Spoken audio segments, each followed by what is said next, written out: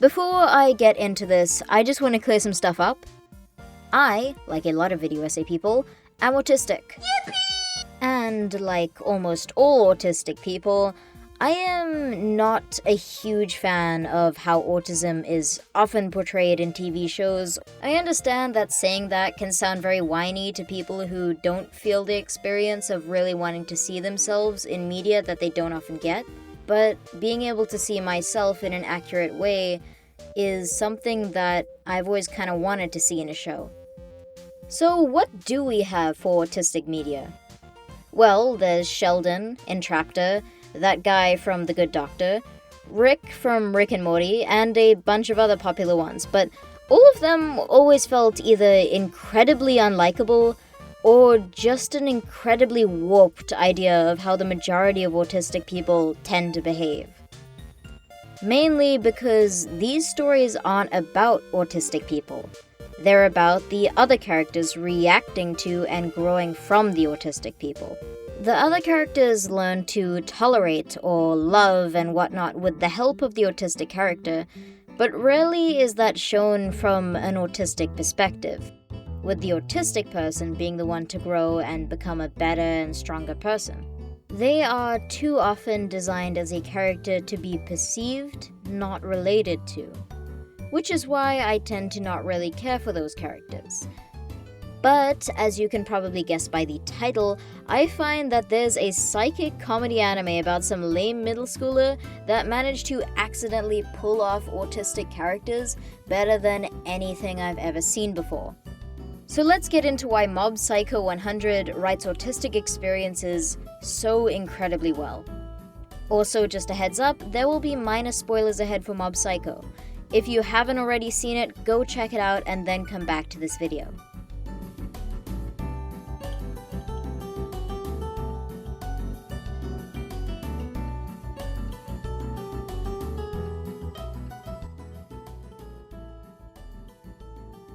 As I said before, I often tend to be vaguely disappointed in a lot of attempts made to write autistic characters in shows or movies. Often, mainly just because they don't write it from an autistic person's perspective, but rather write it from a normal person's perspective, making said autistic character more of a plot device, tool, or comedic side character. Even when said autistic person is a main character, this rule of simplifying them into a more digestible, easily consumable character still applies. But Mob takes a much more complex, and also much more subtle, approach. Mob is widely assumed to be autistic by a lot of fans of the series, and I think the first and most obvious reason for this is his psychic powers, and how he and others see his psychic powers. Generally, Mob's powers are fueled by his emotions, and can either aid or hinder him depending on the situation, or depending on how others react to them. Mob, understanding that there's the risk of his powers being overwhelming, avoids getting emotional, thus weakening his powers. I think this is quite similar to something called masking. Masking is when, to avoid any problems, mostly of the social kind, autistic people tend to downplay any emotional traits. This helps to integrate into a more neurotypical environment. Mob is shown to pretty much do this with his abilities. Granted, his abilities serve as, and much like autism itself, both a setback and an advantage in multiple different manners. It's complicated, and not a good or bad thing. He may struggle to communicate with people to some degree, and he also shows high levels of anxiety and overstimulation, but he's also an incredibly intelligent, honest, and just thoughtful person.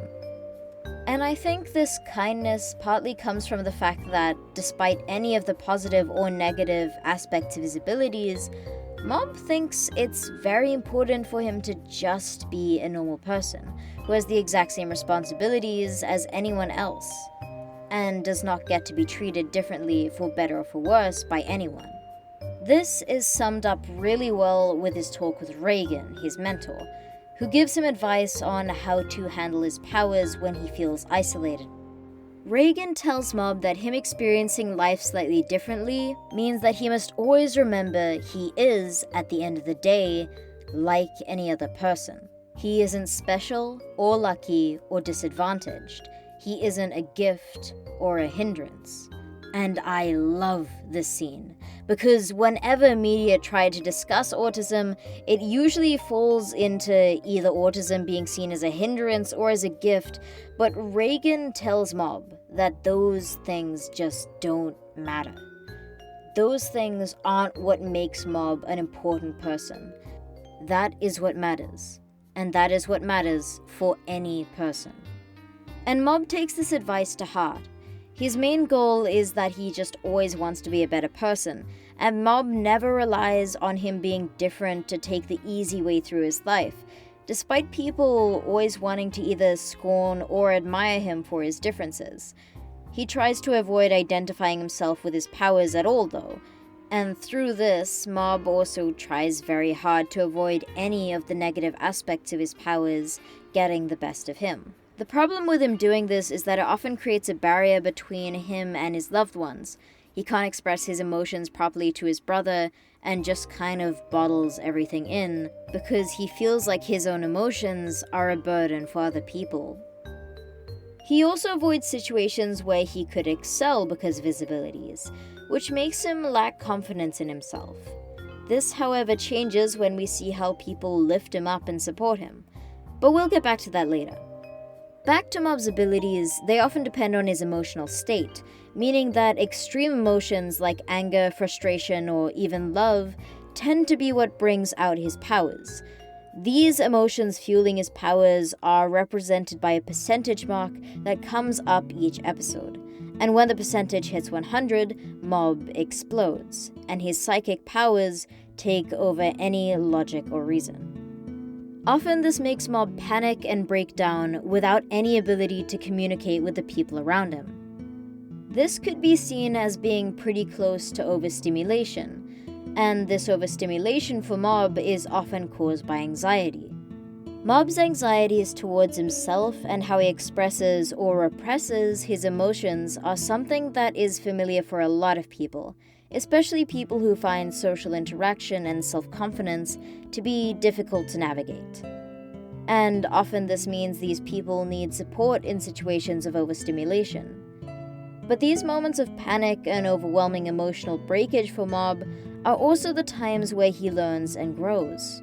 It teaches him how to be in touch with himself emotionally and how to be in control of said emotions.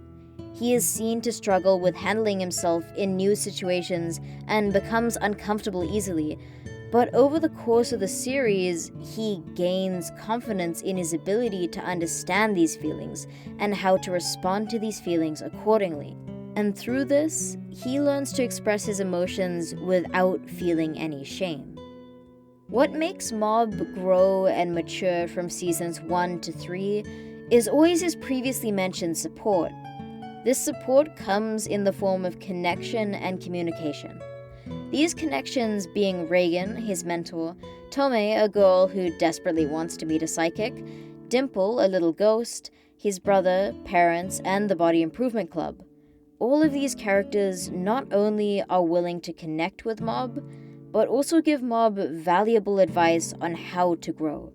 And Mob uses these tools of wisdom given to him by multiple people to have a better relationship with himself and with his powers. What's very well executed in particular is how, despite all of the flaws of these characters, particularly Reagan, who is often sleazy and untruthful, they all treat Mob as simply any person. Regardless of his powers and regardless of anything about him, they just want to be his friend because they like Mob. It's as simple as that. They also even admire his honesty and bluntness at times, and when Mob breaks down, he is never seen as weaker or out of control for it. He is instead met with empathy. The Body Improvement Club is one of my favorite aspects of the series, because despite their comedic purpose, they also show exactly how anyone, regardless of who they are, should be treated with support, even if they cannot complete the same tasks.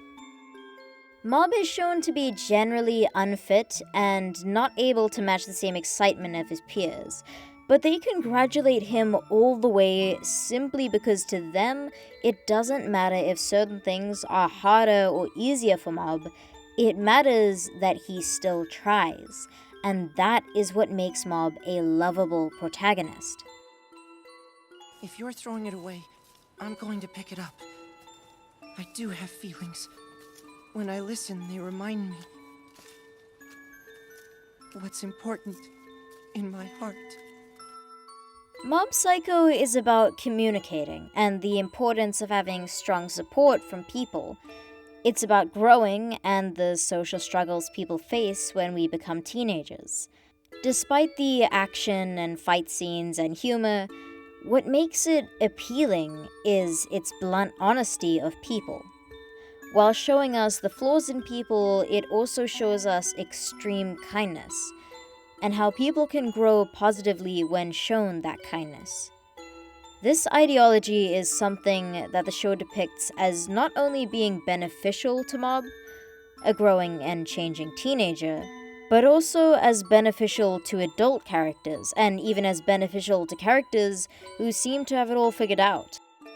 In short, Mob being unashamedly himself, and everyone supporting him, shows us that no matter who we are, kindness and support is valuable to everyone. If you like these kinds of video essays, please consider subscribing to my channel or checking out my Instagram to see my other projects. Thank you for watching.